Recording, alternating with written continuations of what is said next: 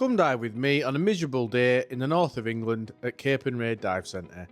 If you're already a diver, you've probably heard of this place and you might have dived it many times before.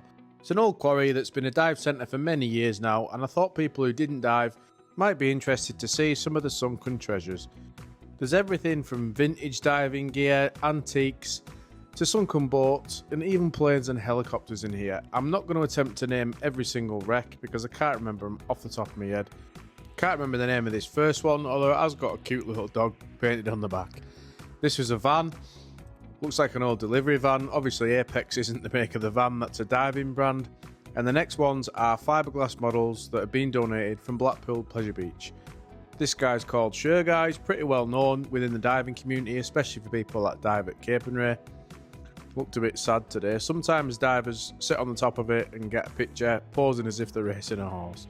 Not sure what type of aircraft this was, but please let me know in the comments if you do know.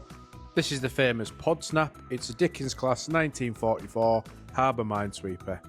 There you go, there's a bit of fact for you. Not sure what this one was, or this one either, but we did take a swim through on this one. There was quite a few divers in Capers today, and there was a lot of silt getting stirred up. When we went through this one, I did see this alien in the driving seat. That was quite eerie. And this is a Cessna aircraft, I think. This is awesome. It's actually sat on a platform and it's such a cool swim through when you swim around it. And this is the biggest plane in Capernwray. It's affectionately known as the Gypsy Moth, although I can't actually find any information on what type of plane it was. I made my way down to check out the landing gear, but there was a diver in front of me and he kicked a pile of silt, so I knew it was going to ruin the footage. And instead, I decided to take the route through the plane fuselage, right to the end. Torches coming in handy here, and just finish off the dive by heading into the shallows, and I couldn't believe how many fish were actually around.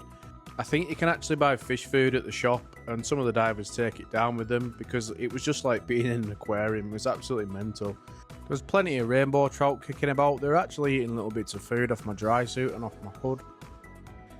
And one of the things I wanted to mention here is I do often see divers trying to touch these fish, and despite being quite tame and used to divers, you really shouldn't be doing that. Fish have got a protective barrier of slime on them, and if you touch it, it wrecks the barrier. You can actually see on some of the fish that some of the skin looks a little bit worn down, and I'm not 100% sure that this is just from the divers, but it's not going to help, is it? The biggest ones are these sturgeon. They're absolutely massive, and there's actually a white one in Capernwray which we didn't see on this dive, but just take a couple of seconds to appreciate how many fish are just surrounding here. I was absolutely loving it. I was just sat kneeling on the bottom, getting as much footage as I could. Thanks for diving with me.